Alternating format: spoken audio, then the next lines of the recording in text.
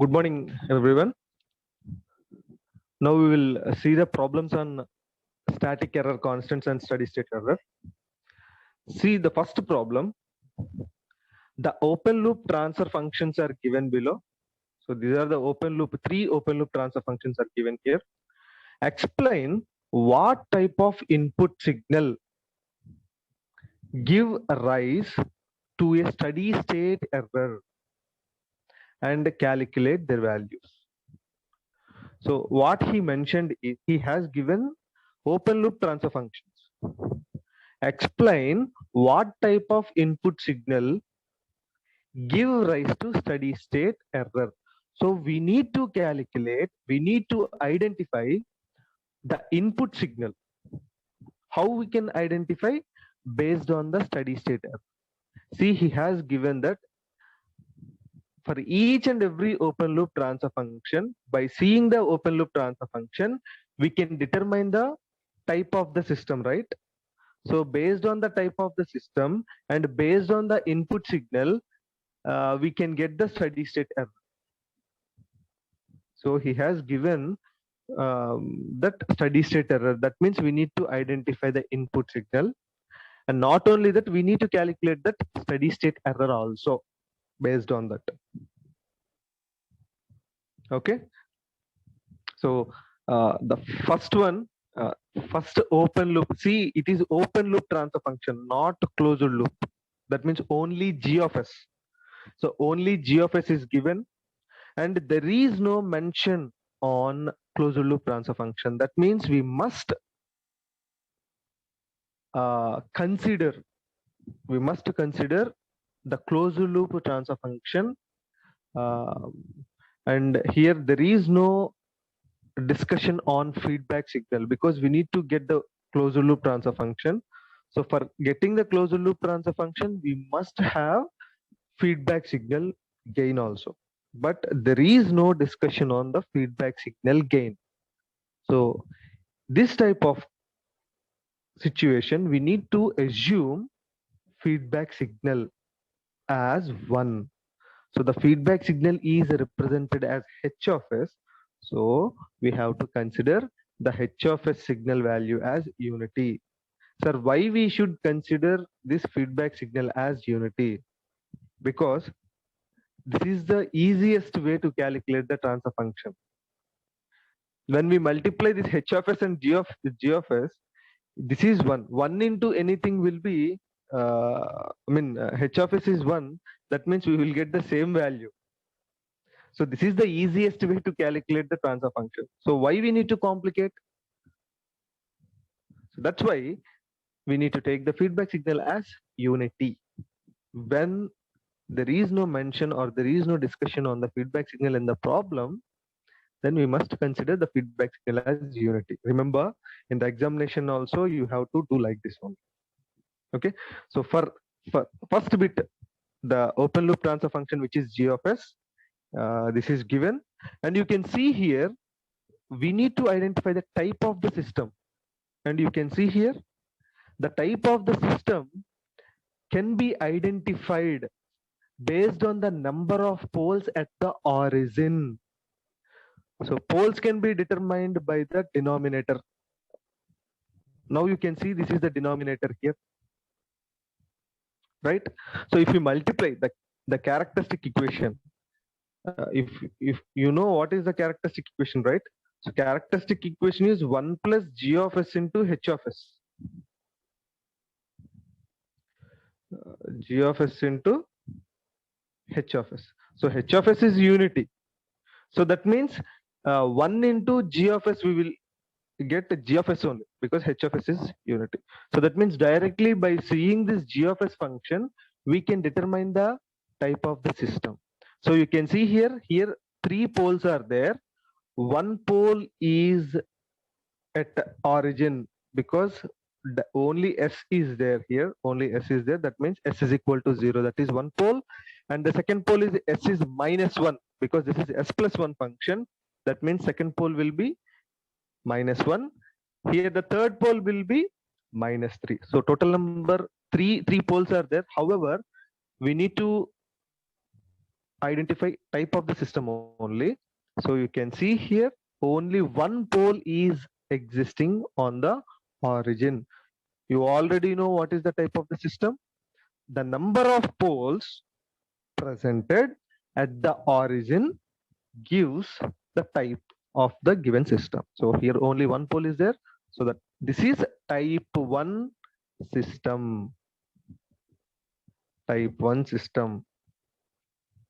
So type 1 system, if you want to get the steady state error, what will be the input?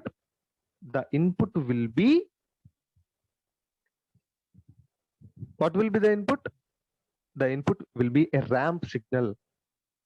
For the ramp signal only, we will get the steady state, steady state error. And you can see the steady state error for the type 1 system, that is velocity function. So steady state error for the type 1 system will be 1 by kV, where kV is the velocity function. So this kV can be calculated. We know this kV formula. So which is a limit s tends to 0, s into g of s into h of s. According to theory, we know this formula. So we know what is g of s function. We know what is h of s. And substitute g of s into h of s. G of s value, h of s value here. However, h of s is 1. So simply we can write s into g of s only. We know g of s. Substitute here. And you can cancel out, or you can simplify this function. S and s get cancelled. Now you can substitute s is equal to 0 here, because this is limit s tends to 0. So substitute s is equal to 0 here. So 0 plus 2 will get 2. In the denominator, 0 plus 1 will get 1. Next is 0 plus 3 will get 3. So in the numerator, 20 into 2, which is 40. 1 into 3 is 3. So 40 by 3 will be our kV value. This is not our steady state error. Our steady state error is 1 by kV. So the kV value is 40 by 3. Then the steady state error becomes 1 by kV, which is 3 by 40. If you calculate what is 3 by 40, you will get 0.707. This steady state error for the first open loop transfer function, which is a velocity function. Right? Now coming to the B, which is g of s is equal to 10 by s plus 2 into s plus 3. So for that function, and we need to, of course, we need to assume this feedback signal as 1 h of s. And you can see here, with the characteristic equation here, you can see there is no the origin, because there is no s power here. That means s power 0. That means this is type 0 system. So for type 0 system, the steady state error will be a proportional constant based error. So that means ESS is equal to 1 by 1 plus Kp, where Kp is the proportional constant. Right? So here we need to calculate the proportional constant in order to obtain the steady state error. And we know what is Kp, which is the limit s tends to 0, g of s into h of s. We know the g of s value, we know the h of s value. Substitute here. By substituting here, we'll get 10 by s plus 2 into s plus 3, which are s tends to 0. Limit s tends to 0. So substitute s as 0 here. So here 0 plus 2, we will get 2 here. In the numerator, there are no s terms, so directly we'll get 10. In the denominator, s plus 2. In the place of s, 0. Substitute 0. So 0 plus 2, which is 2. Here 0 plus 3, which is 3. So 10 by 6. If we simplify 10 by 6, you'll get 5 by 3 as the proportional constant. But we need to calculate steady state error, not the proportional constant. So substitute Kp value here to get the steady state error, which is around 0.375 for our second open loop transfer function, which is 10 by s plus 2 into s plus 3. Coming to the third one, which is g of s is equal to 10 by s square into s plus 1 into s plus 2. This is our open loop transfer function. So the feedback signal we consider as 1. So from the characteristic equation we can